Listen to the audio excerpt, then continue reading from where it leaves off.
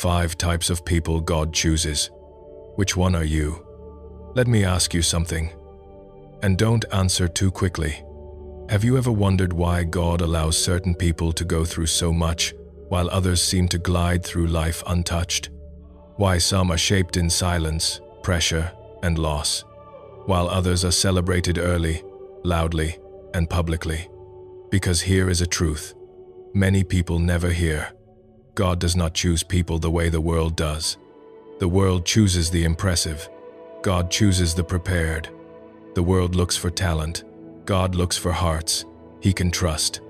You see, being called is common. Being chosen is costly. Many hear God's voice, but few stay when obedience becomes uncomfortable.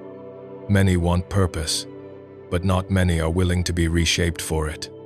And this message is not here to flatter you. It is here to expose, confirm, and realign. Because if God has chosen you, it didn't happen by accident. It wasn't random. And it definitely wasn't because you were perfect. In fact, if you're listening to this and something in you feels unsettled, if you've carried questions, pain, or a quiet sense that there is more, this message may not be entertainment. It may be recognition. Today we're talking about 5 types of people God chooses, not based on titles, not based on platforms, but based on posture. And somewhere in these 5, you will see yourself. So listen carefully. Not with your ears, but with your spirit. Part 1. God chooses the broken, not the polished. Let's start with the one that surprises most people. God often chooses the broken before He ever chooses the gifted. Not the flawless, not the confident, not the ones who have it all together, but the ones who have been cracked by life and didn't quit. If you've been wounded, if life humbled you in ways you never planned, if disappointment, loss, rejection, or failure stripped away your illusions, you are not disqualified. You are positioned. Brokenness does something success never can. It removes self-reliance. It teaches you how to thinks, listen. It makes you careful with people's hearts. The Bible is full of people God trusted after they were broken, not before. Because God is not impressed by polish. He is drawn to surrender. Broken people know what it means to depend on God daily, not occasionally. They don't trust their own strength. They don't assume tomorrow is guaranteed. Pretending no longer works. But here's the distinction you need to hear clearly. God chooses the broken, not the bitter. Brokenness that turns into humility draws God closer. Brokenness that turns into resentment pushes purpose away. If your pain made you softer, not harder. If it made you wiser, not cruel.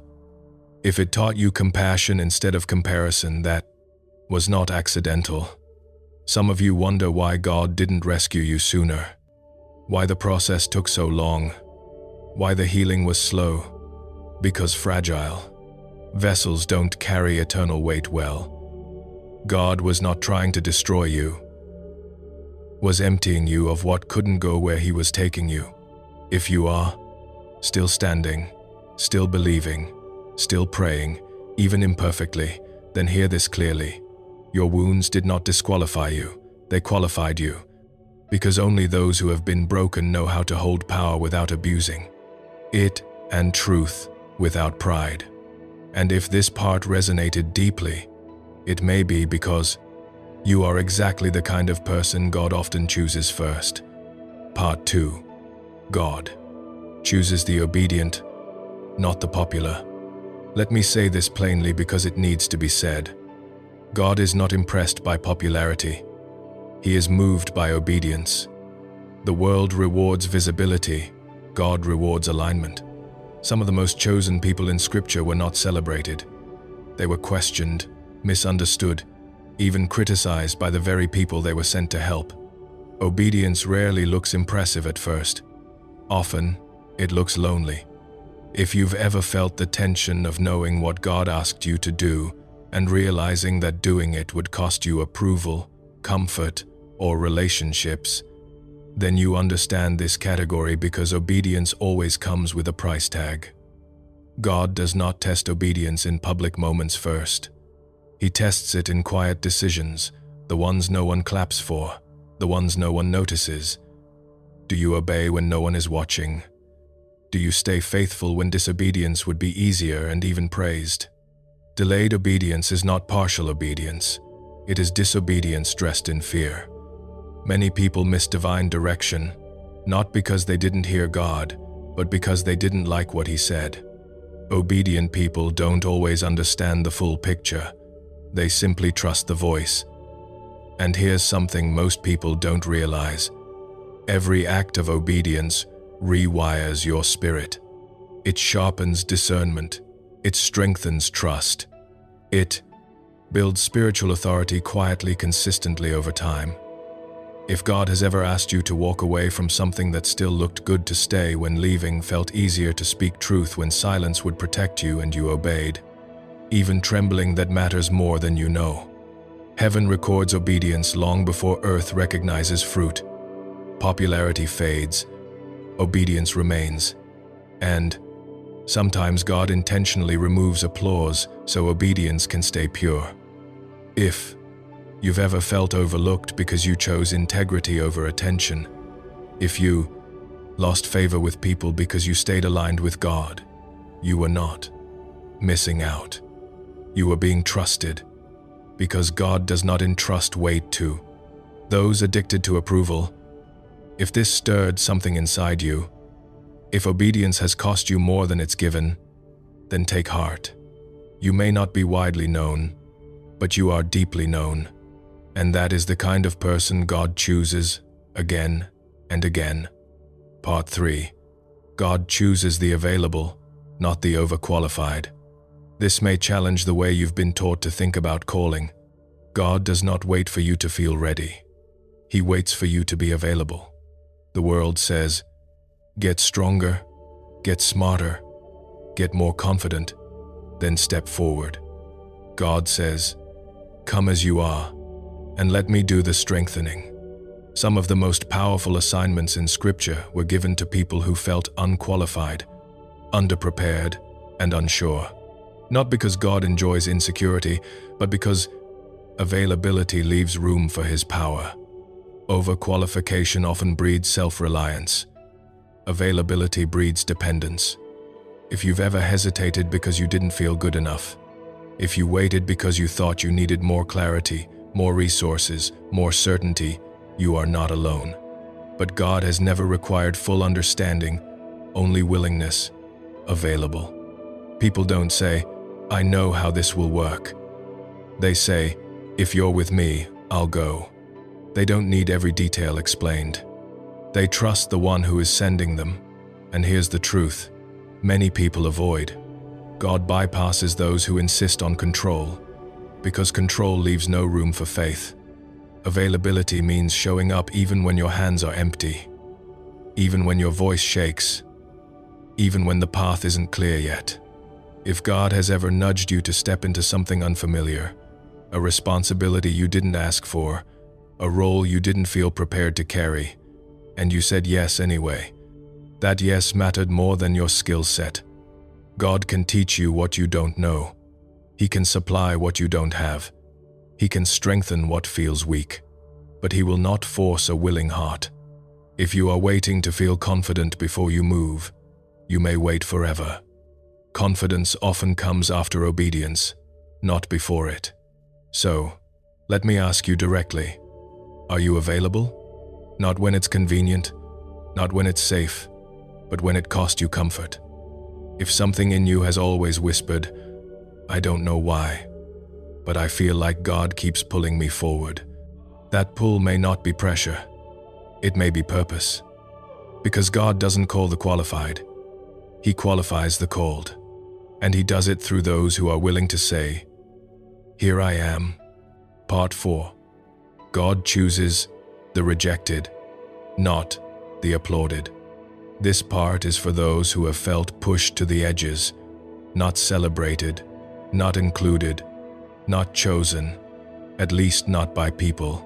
If you've ever been overlooked despite your faithfulness, if doors closed without explanation, if you watched others advance while you were quietly set aside, this is not a sign that God passed you over. Often, it is proof that He didn't. Rejection is one of God's most misunderstood tools because what people reject, God often reserves. Applause can distract. Rejection refines. When people misunderstand you, something important happens. Your identity detaches from approval. Your motivation becomes purer. Your obedience becomes quieter and stronger. God frequently hides His chosen ones before He reveals them, not to punish them, but to protect them. Rejection creates space where God can speak without interruption. If everyone had access to you, your assignment would be diluted. If everyone affirmed you early, your character would not be ready later. Some of you were excluded, not because you lacked value, but because your calling required separation. Isolation is not abandonment, it is alignment. God often removes voices so His can become clearer. If you've ever wondered why you didn't fit in, why your convictions made others uncomfortable, why your presence stirred resistance, that tension was not random. Rejection often comes when you carry something others don't recognize yet. And here is the truth. Most people never tell you. Those chosen by God are often rejected by crowds before they are trusted by heaven because applause can inflate. But rejection grounds. If your rejection didn't harden you, if it didn't turn you bitter or resentful, if it taught you discernment instead of defensiveness, then God was shaping you, not sidelining you. Rejection is not the end of your story. It is the editing process. What people pushed away, God was setting apart. And if this part feels personal, if it echoes moments you never understood, then hear this clearly. You were not rejected because you were wrong. You were rejected because you were early. Part 5. God chooses the faithful, not the flashy. Let's end the list where God often begins His trust. Not with intensity, not with visibility, but with faithfulness. God is not looking for people who burn bright for a moment. He is looking for those who stay steady when no one is watching. Flashy faith draws attention. Faithful faith carries weight. Some of you have been serving quietly for years, praying without recognition, showing up when enthusiasm faded, waiting when answers were delayed and you wondered if it mattered. It does. Faithfulness is the language God understands best because faithfulness reveals character under pressure. It proves love without reward. It shows commitment without applause. Many people want impact, but few want endurance. God tests faithfulness in small, ordinary moments. Do you remain honest when shortcuts are available? Do you stay consistent when passion fluctuates? Do you keep trusting when progress is slow? Faithful people don't always feel strong. They feel committed. They don't rely on emotional highs. They rely on conviction. Waiting seasons are not wasted seasons. They are training grounds. If God has ever asked you to wait longer than you wanted, to serve without being seen, to remain planted when leaving would be easier, that waiting was not delay, it was development. God builds lasting influence through consistency, not charisma. And here is a promise many overlook. God entrusts lasting authority to those who prove faithful over time. If your journey has felt long, if obedience has felt repetitive, if faith has felt quiet rather than exciting, you are exactly where God does His deepest work. Flash fades. Faithfulness remains. And if you're still here, still believing, still choosing God even when it costs you, then hear this clearly. God sees what others overlook.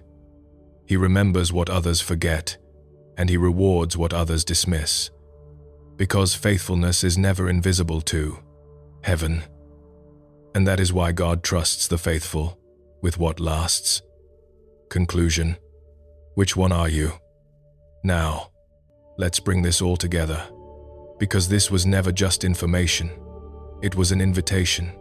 You've just heard 5 types of people. God chooses the broken, the obedient, the available, the rejected, the faithful. And if you're honest, you probably didn't see yourself in just one. Most people don't, because God rarely shapes his chosen through a single season. He layers the process. He breaks us so we don't rely on ourselves. He trains us in obedience so we listen when he speaks. He teaches availability so we don't resist when he sends. He allows rejection so we don't depend on approval, and he builds faithfulness so we can be trusted long-term. Being chosen is not about elevation. It is about responsibility. God does not choose people to make them feel special. He chooses them so they can serve with humility, courage, and endurance. If this message stirred something deep, if parts of it felt uncomfortably familiar, that wasn't condemnation. That was recognition. God has been forming you quietly in places no one applauded, through seasons that didn't make sense at the time, and you may still feel unsure, still imperfect, still in process. That's not disqualifying. That's exactly how chosen people often feel. So here is the final question. Not to answer out loud, but to carry with you. Will you keep saying yes? Yes when it's costly. Yes when it's slow. Yes when no one understands. Yes when obedience is heavier than excitement. Because God finishes what he starts. He does not abandon what he chooses. And if he has been shaping you, stretching you, calling you deeper, then you were never overlooked. You were never late. You were never forgotten. You were being prepared. And the one who chose you is not finished. So walk forward now with a settled heart and a quiet confidence. Not the kind that needs to announce itself, but the kind that is anchored deep within your spirit. Because the journey you have walked was never random, and the weight you have carried was never meaningless. Every unseen step, every silent prayer, every moment you chose integrity over ease has been recorded beyond human memory. And even when you questioned whether anyone noticed, heaven was attentive, shaping you through delays that taught patience, through losses that taught dependence, through closed doors that taught discernment, and through waiting that taught trust. And one day you will look back and realize that what felt like isolation was actually protection. What felt like obscurity was preparation. And what felt like rejection was redirection. Because God was not withholding good from you. He was withholding you from environments that could not sustain what he was building. And as you continue, you will no longer measure progress by applause or visibility, but by obedience and alignment. Understanding that true advancement often looks quiet on the outside, while it is transformative on the inside. And this is why you don't need to compete, rush, or compare. Because what God is doing in you cannot be replicated, rushed, or replaced. It has its own timing, its own depth, its own purpose. And when the season shifts, it will not require explanation. It will simply unfold with clarity, strength, and grace. And you will recognize it not by noise but by peace, not by pressure but by confirmation, because preparation produces readiness, not anxiety, and readiness produces stability, not fear. And as opportunities come, you will notice how differently you respond, how you no longer seek permission to be who God called you to be, how you no longer abandon your values for acceptance, how you no longer confuse urgency with importance. Because endurance has taught you discernment, and discernment has taught you restraint, and restraint has taught you wisdom, and wisdom will guide your steps when excitement fades. And even now, if you still feel unfinished, uncertain, or stretched beyond comfort, understand this clearly. Growth often feels like tension before it feels like strength, and obedience often feels heavy before it feels rewarding. But heaviness does not mean you are wrong. It means you are carrying something meaningful, something that requires maturity to steward. And God does not rush maturity. He cultivates it, layer by layer, season by season, choice by choice, until your character can sustain the calling placed on your life. And that is why you are still here, still believing, still choosing what is right even when it costs you something, because calling is proven through consistency, not intensity, and faith is revealed through endurance, not emotion. And as you continue to say yes, even quietly, even imperfectly, God continues to work, continues to refine, continues to strengthen what He began, and there will come a moment when what once felt delayed will feel precise, when what once felt hidden will feel protected, when what once felt confusing will feel intentional, and you will understand that the process did not break you. It built you. It did not waste you. It prepared you, and you will move forward without resentment, without bitterness, without needing to prove anything, because those weights were removed long ago in the refining seasons, and you will carry authority without arrogance, confidence without pride, influence without compromise, because your foundation was formed in faithfulness, and faithfulness produces fruit that lasts. And even if the road ahead still holds unknowns, you no longer fear them, because the same God who sustained you in uncertainty will guide you in clarity. The same God who strengthened you in waiting will establish you in purpose. And the same God who chose you in obscurity will remain with you in responsibility. So keep walking, keep trusting, keep choosing obedience over ease, truth over convenience, faith over fear, because you are not wandering, you are being led. You are not behind. You are on time. You are not forgotten. You are remembered.